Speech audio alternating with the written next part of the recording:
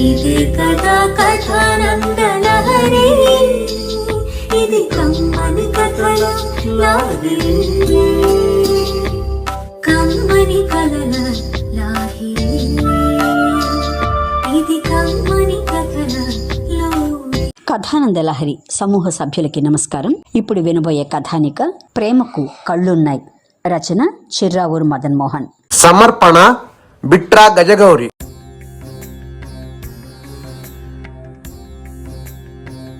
మన భారతీయ యువకులు కొందరు విదేశీ గ్రీన్ కార్డుల కోసం, సిటిజన్షిప్ కోసం సంబంధం లేని వ్యక్తులతో లివింగ్ టుగెదర్ అంటూ జీవించడం ఈ మధ్య పరిపాటైపోయింది. గ్రీన్ కార్డు వచ్చే వరకు తాత్కాలికంగా రిజిస్టర్ మ్యారేజ్ చేసుకుని వాళ్ళ పని అయిపోగానే విడాకులు తీసుకుని విడిపోయే జంటలు కూడా ఈ మధ్య తయారవుతున్నారు. ఈ ప్రక్రియలకు జాతి, కుల, మత, దేశ పరిమితులు ఏమీ అడ్డురావు. అయినా ఇంకా మన దేశంలో పెళ్లి అనగానే కుల ప్రేమ అనే అంటువ్యాధి తగులుకుంటుంది. ఈ కథ కూడా ఈ కోవకు చెందిందే. కాలం మారినా మనసులు, మనుషులు ఇంకా పూర్తిగా మారలేదు అని అనటానికి ఈ కథే ఒక తార్కాణం. రవి, రాము, దీప చిన్నప్పటి నుంచి ఒకే ఊరు, ఒకే స్కూలు, ఒకే కాలేజీ దాకా కలిసి పెరిగి చదివి వచ్చారు. రాము, దీప ఒకే కులం, పేర్లొద్దులేండి. రవి వేరే కులం. కానీ యవ్వనానికి మురిపెంగా ఉంటుంది ప్రేమ అనే మూలధనం. మెధోది ఈ ప్రేమ అనేది ఎక్కడ పుట్టి ఎటుపోతుందో మనలో ఎవ్వరికి తెలియదు. సైన్స్ ప్రకారం ఇది హార్మోన్ల ప్రభావం అంటారు. మన కథలో రవి, దీపలు ప్రేమలో పడ్డారు. అక్కడే సమస్య వచ్చింది. ఈ ఇద్దరి కులాల మధ్య వాళ్ళ ఊళ్ళో పచ్చి గడ్డి వేస్తే భగ్గుమంటుంది.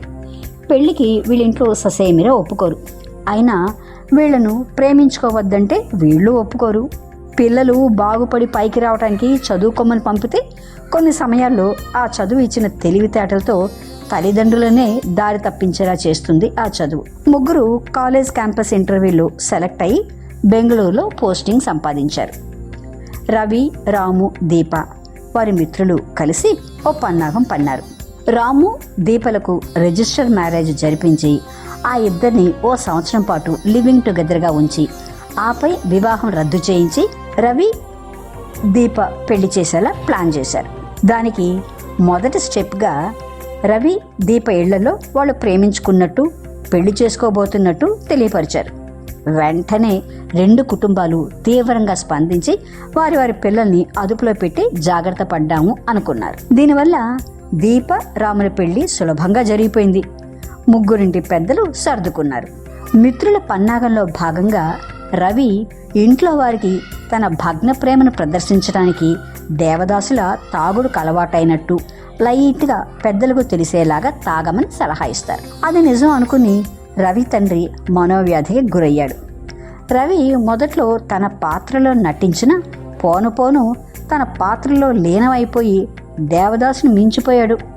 ఈ తాగుడు పయనంలో అతనికి కొందరు అక్కరకు రాని ఆడ, మగ మిత్రులు తోడయ్యారు. రవి తల్లిదండ్రులు కుమిలిపోయి ఆ దీప అనే పిల్లనే పెళ్లి చేసుంటే బాగుండేదే అన్న ఆలోచనకు వచ్చారు. అక్కడ రాము దీపను తమ పథకం ప్రకారం ఎంతో గౌరవంగా తన చిటికెన వేలు కూడా తగలకుండా చూసుకుంటున్నాడు. ముగ్గురు ఒకే ఆఫీస్లో పనిచేయడం వల్ల రవి చెడు తిరుగుళ్ళు దీపను బాధ పెట్టింది. ఊర్లో రవి తండ్రి గుండెపోటుతో మరణించాడన్న వార్త విన్న రవి బాధపడడానికి బదులు సంతోషపడి సంబరం చేసుకున్నాడు. తనకు లైన్ క్లియర్ అయిందని అతి చొరవ తీసుకుని పబ్లిక్గా దీపతో సరసాలు మొదలుపెట్టాడు. రాము మౌనంగా ఊరుకున్నా దీప అది సహించలేకపోయింది. ఇంట్లో ఒంటరిగా ఉన్న గౌరవంగా చూసుకున్న రాము ముందు పబ్లిక్గా తనపై చొరవ తీసుకుంటున్న రవి చాలా చీప్గా కనిపించాడు. రాము తమ అగ్రిమెంట్కు గౌరవం ఇచ్చి ధర్మంగా నడుచుకున్నాడు. కానీ రవి దీప తన సొంత హక్కు అన్నట్టు నడుచుకోవడం దీప భరించలేకపోయింది. రవి ఊరికెళ్ళి తన తల్లి అనుమతితో దీపను పెళ్లి చేసుకోవాలని నిర్ణయించుకుంటాడు. దానికి అనుగుణంగా రాము కట్టిన తాళిని తీసేసి రమ్మంటాడు. దీప రాము కట్టిన తాళిని విప్పటానికి ప్రయత్నించి సెంటిమెంటల్గా విప్పలేక విఫలం అవుతుంది. ఇక లాభం లేదని రవి దీప మెడలో తాళిని బలవంతంగా విప్పబోతుంటే నిరాకరించి తన తప్పును తెలుసుకున్న దీప రాము దగ్గరే ఉండిపోతుంది. ఈ కథ దీప రాములకు సుఖాంతం, రవికి దుఃఖాంతం. ప్రేమకు కళ్ళున్నాయి కథానిక విన్నారు. రచన చిర్రావూరు మదన్ మోహన్. సమర్పణ బిట్రా గజగౌరి.